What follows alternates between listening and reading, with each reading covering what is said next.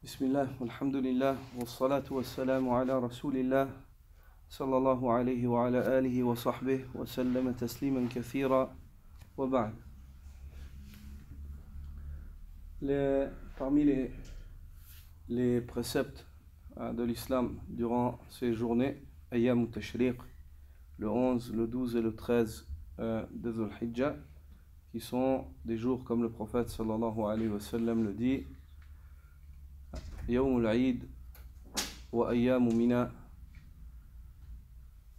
عيدنا يا أهل الإسلام وهي أيام أكل وشرب وذكر لله.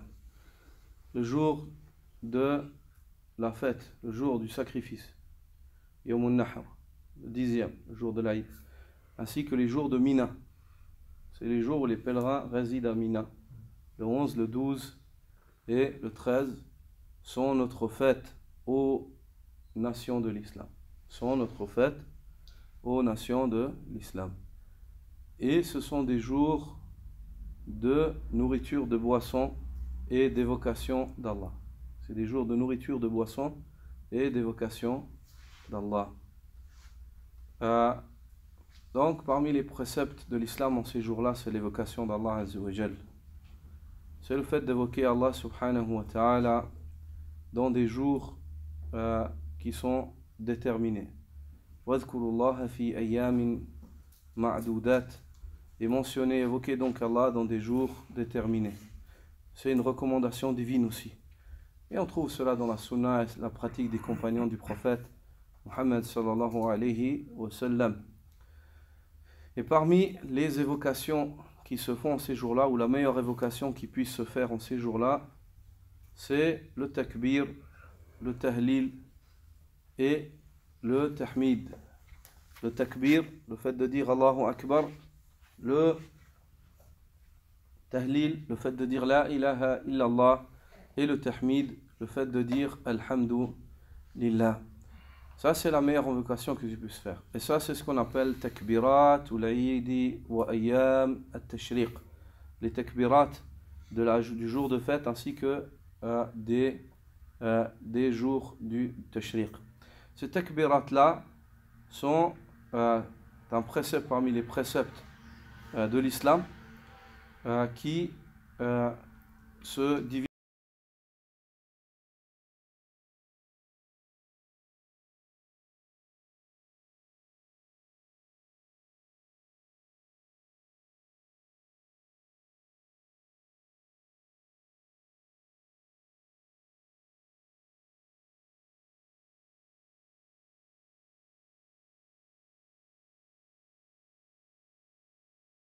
de la journée ou à une chose comme la prière ou ainsi de suite. Il est absolu, tu peux le faire en tout temps, matin, soir, en train de marcher, dehors, n'importe. Mutlaq. Ce takbir là a commencé logiquement et normalement comme vous l'avez entendu avec l'entrée de Dhul Hijjah. Et il se termine avec l'arrivée du Maghrib, la 13e journée de Dhul Hijjah. Maghrib, avec l'arrivée duquel nous entrerons dans la 14e journée de Dhul Hijjah, car les journées commencent par leur nuit en islam. Donc la 13e journée, à savoir demain, à l'arrivée du Maghrib, c'est fini.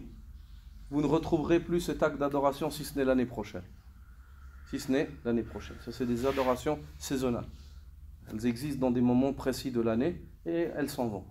Et seul Allah sait si on vivra jusqu'à l'année prochaine pour retrouver cette chance ou cette opportunité de hasanat et de bonnes actions qu'Allah Azza wa Jalla offre à ses serviteurs dans sa sharia, dans sa noble législation.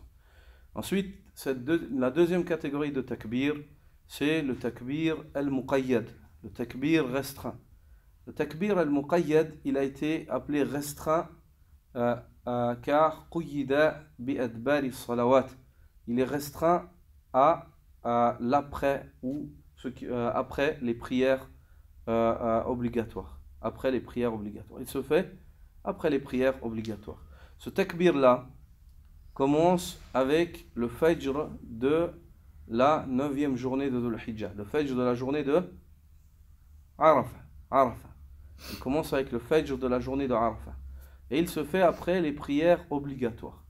dès qu'on a terminé la prière obligatoire, après la salutation, on se dirige vers ce takbir-là, après avoir dit 3 fois Astaghfirullah, Allahumma anta salam wa minka salam, cette invocation-là, qui se dit après la fin de la prière, et avant, selon l'avis, un avis chez les gens de science, et c'est l'avis de Cheikh Ibn Uthaymin que nous vous proposons, avant de commencer les adhkar en fait, avant de commencer le tasbih et tout ça, le Cheikh dit, on le dit après avoir dit 3 fois Astaghfirullah, et Allahumma anta salam wa minka salam, cette invocation-là, puis avant de commencer les autres invocations, car les autres invocations, tu peux les faire en sortant, en marchant, en rentrant chez toi, et ainsi de suite.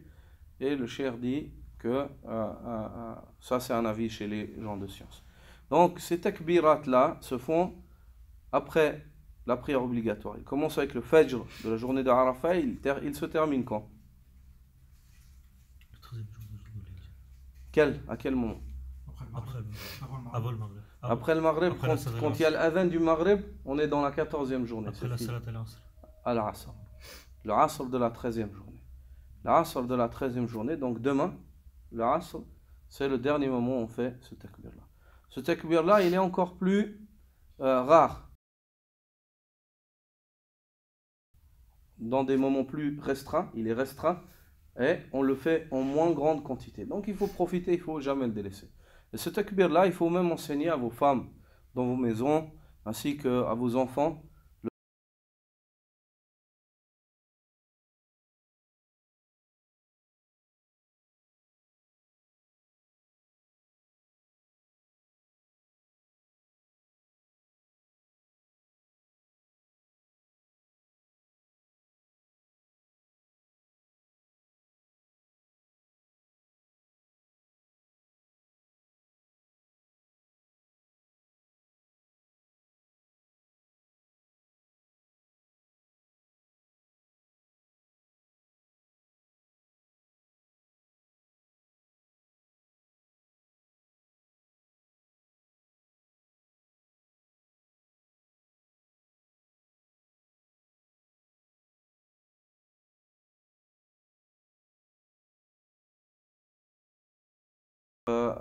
Qui sont immenses et majestueux auprès d'Allah subhanahu wa ta'ala.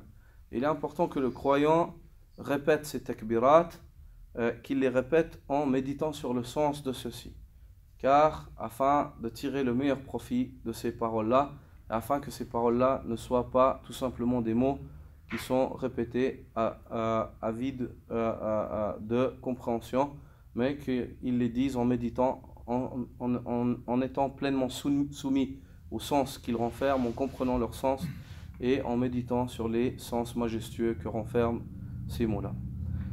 Parmi les bénéfices que l'on tire de ces takbir-là, premièrement, Allahu Akbar. Allahu Akbar, Allah est le plus grand. Cette mention-là, ou cette évocation-là, est une évocation majestueuse qu'Allah subhanahu wa ta'ala aime et qu'il demande aux croyants de répéter. Ensuite, La ilaha illallah. Nulle divinité n'est en droit d'être adorée si ce n'est Allah. Cette invocation-là, ou cette évocation-là, est une évocation majestueuse aussi qu'Allah subhanahu wa ta'ala aime. C'est le meilleur des dhikr. Comme le dit le prophète sallallahu alayhi wa sallam, Afdalu dhikr ou khayru dhikr, la ilaha illallah. La meilleure des évocations, c'est La ilaha illallah. Ensuite, Walillahi alhamd, et à Allah seul appartient la louange. Cette évocation-là, ou cette invocation et évocation, est une parole majestueuse aussi. C'est le fait de louer Allah subhanahu wa ta'ala qui est le détenteur des louanges. Jalla wa ala, car il est Ar-Rabb. Et il est celui de qui nous proviennent tout bien. Nous ne possédons pas un bien si ce n'est qu'il nous vient d'Allah Azza wa Jal. Et Allah est loué en tout temps et toute heure. Et le prophète sallallahu alayhi wa sallam, pour Alhamdulillah, pour la louange, il dit Afdalu du'a alhamdulillah. Afdalu du'a, afdalu shukr alhamdulillah. La meilleure reconnaissance, c'est Alhamdulillah. C'est la meilleure manière de te montrer reconnaissant avec la langue, c'est le fait de dire Alhamdulillah. C'est le fait de dire Alhamdulillah. Voici les mots qui sont employés un par un. Donc le croyant, il est important de méditer. Lorsqu'il dit Allahu Akbar, il médite sur ces premiers sens superficiels en fait, de ces mots-là. Ensuite, dans les détails et dans la méditation plus profonde de ce qu'on tire de ces takbirat, on tire de ces takbirat les trois catégories de tawhid. Les trois catégories de tawhid. Premièrement, quand tu dis Allahu Akbar, ceci est le monothéisme dans les noms et les attributs. Les noms et les attributs. Quand tu dis La ilaha illallah, ceci est le monothéisme dans l'adoration, dans l'ibada. Quand tu dis Walillahi alhamd, et certes à Allah, c'est la Seigneurie. Quand tu dis que c'est certes à Allah qu'appartiennent les louanges les plus parfaites, c'est que tu t'es montré monothéiste, c'est que tu as confirmé par ta parole que Allah est le Seigneur, car nul autre que le Seigneur n'est loué d'une manière absolue, car le Seigneur est le détenteur des faveurs innombrables qui sont déversées sur ses serviteurs, ceux qu'il a créés jour et nuit. Donc, serviteur d'Allah, médite sur cette grande information qui est le fait que par ces takbirat, tu réalises le tawhid pour lequel Allah Azzawajal t'a créé. Tu réalises le tawhid pour lequel Allah Azzawajal t'a créé. Allahu Akbar, La ilaha illallah, Allahu Akbar, Walillahi alhamd. Et quant au fait que dans notre parole Allahu Akbar réside le tawhid, le monothéisme,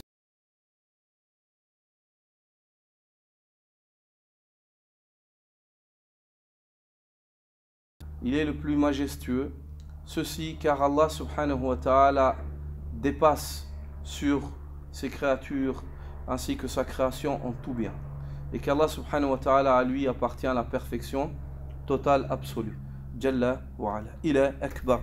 Il est akbar dans sa science. Il est akbar dans tout. En toute chose, Allah subhanahu wa ta'ala est akbar. Jalla jalalu.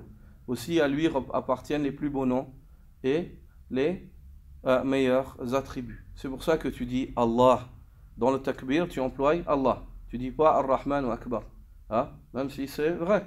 Mais c'est Allah qui est Akbar. Et quand tu as dit Allah, c'est comme si tu as dit Ar-Rahman, Ar-Rahim, Al-Malik, Al-Quddus, Al-Salam, Al-Mu'min, Al-Muhaymin, Al-Aziz, Al-Jabbar, Al-Mutakabbir, et ainsi de suite. Donc quand tu dis Allah, c'est comme si tu as appelé Allah subhanahu wa ta'ala par tous ses noms et par tous ses attributs. D'accord? Quand tu dis cela, c'est comme si tu as appelé Allah par tous ses noms et par tous ses attributs. Pourquoi? Car tous les noms sont des noms qui sont là pour nommer Allah. Et tous les attributs sont là, des attributs qui sont là pour qualifier Allah. Donc quand tu dis Allah, tu as employé, c'est comme si tu as employé tous les noms et tous les attributs. Subhanallah. Pourquoi? Car on dit que parmi les noms d'Allah, il y a Ar-Rahman, Ar-Rahim. Mais on ne dit pas que parmi les noms de Ar-Rahman, il y a Allah. Est-ce que c'est clair? D'accord? Donc voici pour l'unicité dans les noms et les attributs. Quant à l'unicité dans l'adoration, c'est évident. La ilaha illallah. Nulle divinité n'est en droit d'être adorée si ce n'est Allah. Donc ici, tu as confirmé le caractère le caractère du serviteur monothéiste dans le culte qu'il voue à Allah.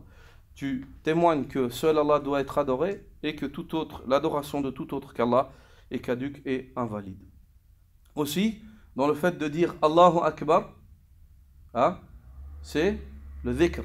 Donc c'est le fait d'adorer Allah par la langue. Le fait de dire La ilaha illallah, c'est le dhikr, c'est le fait d'adorer Allah par la langue. Et le fait de dire Alhamdulillah, c'est le fait de remercier Allah par la langue et par le cœur. Donc ici, c'est un acte de monothéisme dans le culte, car tu as voué un culte à Allah Azzawajal par ta langue et par ton cœur. Donc, de nouveau, on retrouve le monothéisme ici d'une manière évidente dans le culte. Quant au monothéisme dans la seigneurie,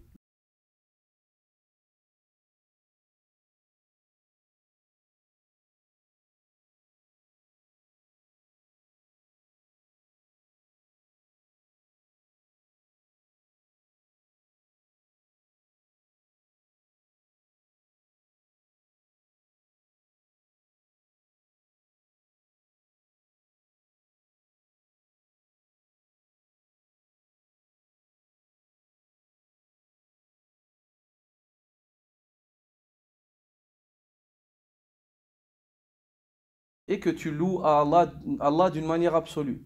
Allah subhanahu wa ta'ala est le seul à être loué pour le bien et pour le mal. Allah subhanahu wa ta'ala est le seul à être loué pour le bien et pour le mal. Tu ne trouves pas une autre créature parmi les créatures d'Allah que tu remercies s'il t'arrive un mal. Et Allah subhanahu wa ta'ala est loué même s'il nous arrive un mal. Car on sait que dans ce mal-là, Allah nous a protégés. Il aurait pu être encore pire. Et on sait que si Allah subhanahu wa ta'ala nous attraperait pour nos péchés, le mal nous cernerait de toutes parts et nous ne verrions peut-être pas un bien. Et on sait que dans ce mal-là, Allah subhanahu wa ta'ala a voulu nous raisonner et nous ramener à lui et nous accorder un repentir.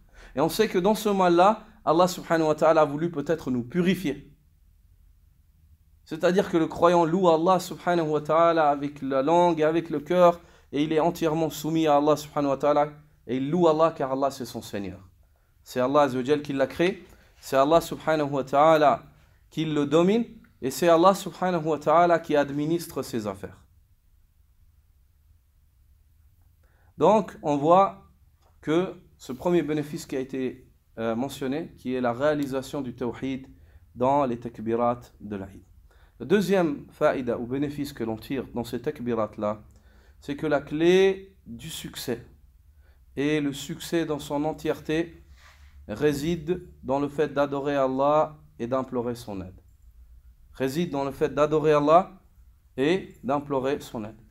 Et c'est pour cela qu'Allah subhanahu wa ta'ala a fait du cœur, le cœur de Surat al-Fatiha, c'est Iyaka wa iyaka nasta'in.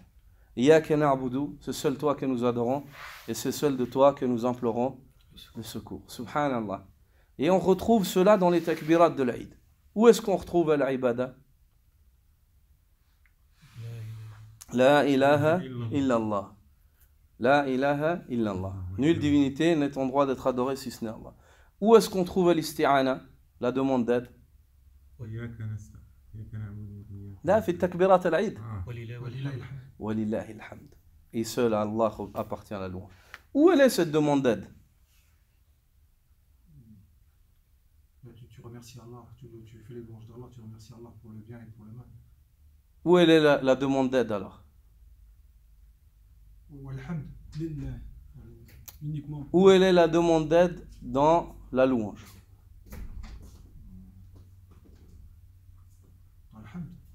Où? Pourquoi? Comment? Comme tu l'as dit, c'est pour le bien et pour le mal. Tu as dit que...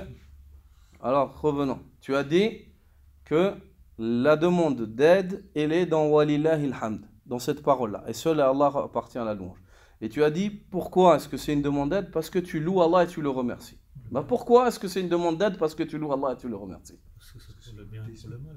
Non. Jusque-là, tu es bien. Il faut continuer le développement. Quand tu remercies Allah, qu'est-ce qui se passe? La in shakartum la azidannakum.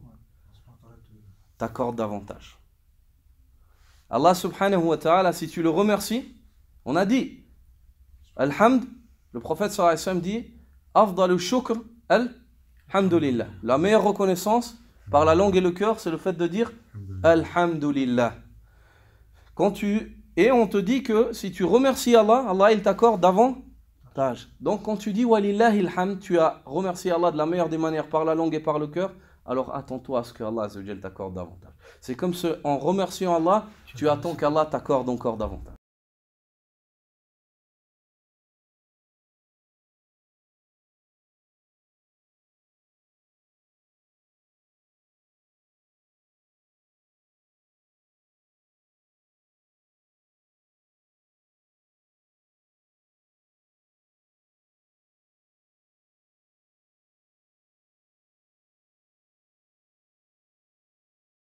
Il t'accorde de mourir sur la ilaha illallah. Ça, c'est le deuxième bénéfice qu'on trouve dans les takbirat de l'Aïd et de Ayyam al-Tashriq et de Ashra dhil-Hijjah. C'est le fait al-Jam' bayn al-Ibada wal-Isti'ana. C'est le fait de rassembler entre l'adoration, le culte d'Allah et la demande d'aide. Wa hadhi haqiqatul ubudiyya. Ça, c'est la réalité de l'adoration, c'est ça. Le cœur, le cerveau de l'adoration, le cerveau de la ibada d'Allah Azza wa Jal, c'est le fait d'adorer Allah et de t'en remettre à Allah subhanahu wa ta'ala et d'implorer son aide pour qu'il t'accorde le succès dans l'adoration. C'est pour ça que Cheikh l'Islam ibn Taymiyyah rahimahullah disait Iyaka na'budu tunafi ar-riya wa iyaka nasta'in tunafi al-kibriya. Quand tu dis c'est seul toi que nous adorons, ceci va en opposition à l'ostentation, qui est le plus petit degré du shirk et le shirk le plus caché. Ça veut dire celui qui est préservé de l'ostentation, il est préservé du grand shirk et des autres. Wa iyyaka nasta'in, et la parole d'Allah, c'est seul toi que nous adorons, tunafi al-kibriya. Elle va en opposition au kibriya, à l'orgueil. Ça veut dire que celui qui n'est pas orgueilleux, il adore Allah, mais malgré cela, il n'est pas orgueilleux, il demande l'aide d'Allah pour qu'Allah l'aide encore à l'adorer.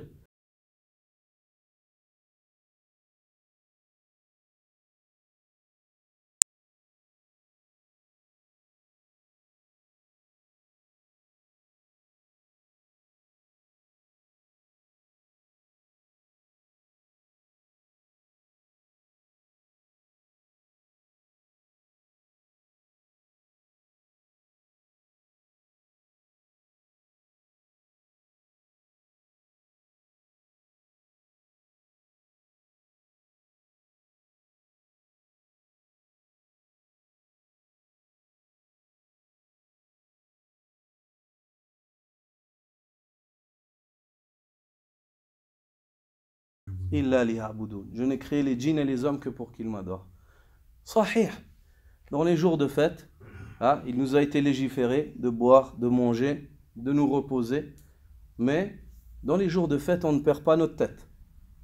Dans les jours de fête, on pratique ce pourquoi Allah Azza wa Jal nous a créé, qui est la ibada d'Allah wahdahu la sharika lah. Le fait d'adorer Allah subhanahu wa ta'ala seul, unique et sans associé. Et comme est juste la parole qui dit, c'est dans les fêtes qu'on reconnaît ce sur quoi sont les nations comme conviés.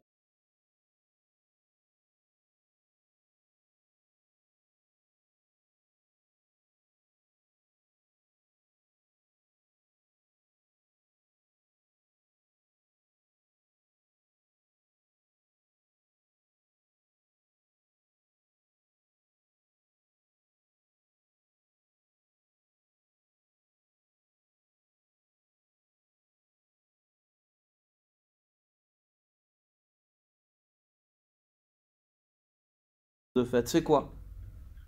Husnul khuluq ma'al khalq. C'est la noblesse de caractère avec les gens. Car il t'est demandé dans ton jour de Eid de pardonner aux gens. Il t'est demandé dans ton jour de Eid de venir voir les musulmans, de prier avec eux et de les saluer et de te féliciter et d'invoquer en leur faveur. Il t'est demandé dans ton jour de Eid d'aller faire silatul arham, d'aller lier tes liens de parenté, d'aller visiter les gens. Il t'est demandé dans ton jour de Eid, après le fitr, le Eid al-Fitr dans Ramadan, il t'a demandé, avant cela, dans le jour de fête, que les pauvres reçoivent leur nourriture avant que tu aies prié. Ça c'est Husnul Khuluq.